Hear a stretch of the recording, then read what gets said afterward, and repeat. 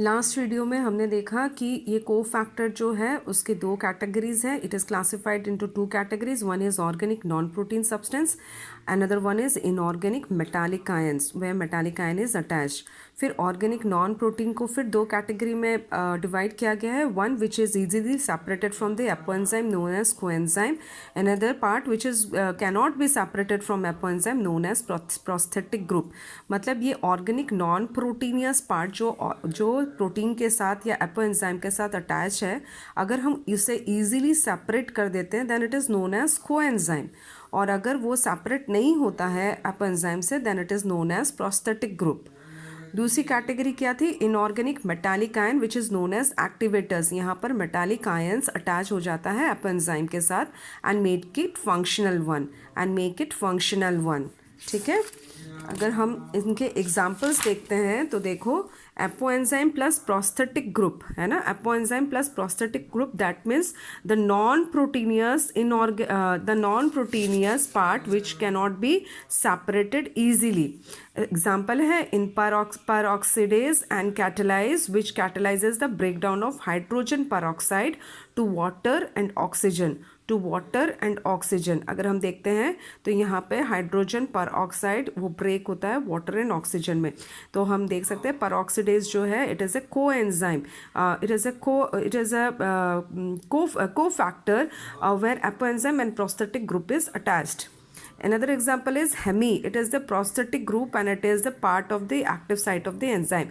Enzyme का हमें पता है active site का क्या है, जहाँ पर substrate जो है attach होता है. So Hemi is the prosthetic group है ना. ये इसका ऐसा part है एपोएंजाइम के साथ attach है which is not easily separated.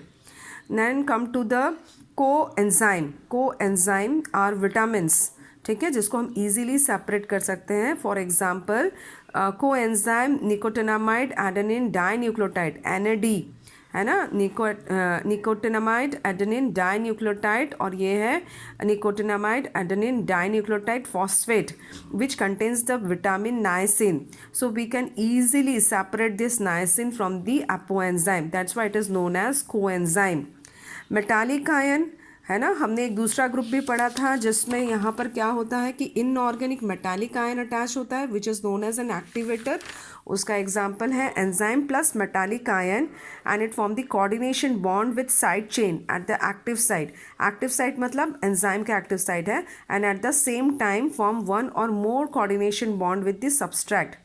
It form the side chain with the active site of the enzyme and as well as it form the more coordination bond with the substrate. For example, zinc is a cofactor.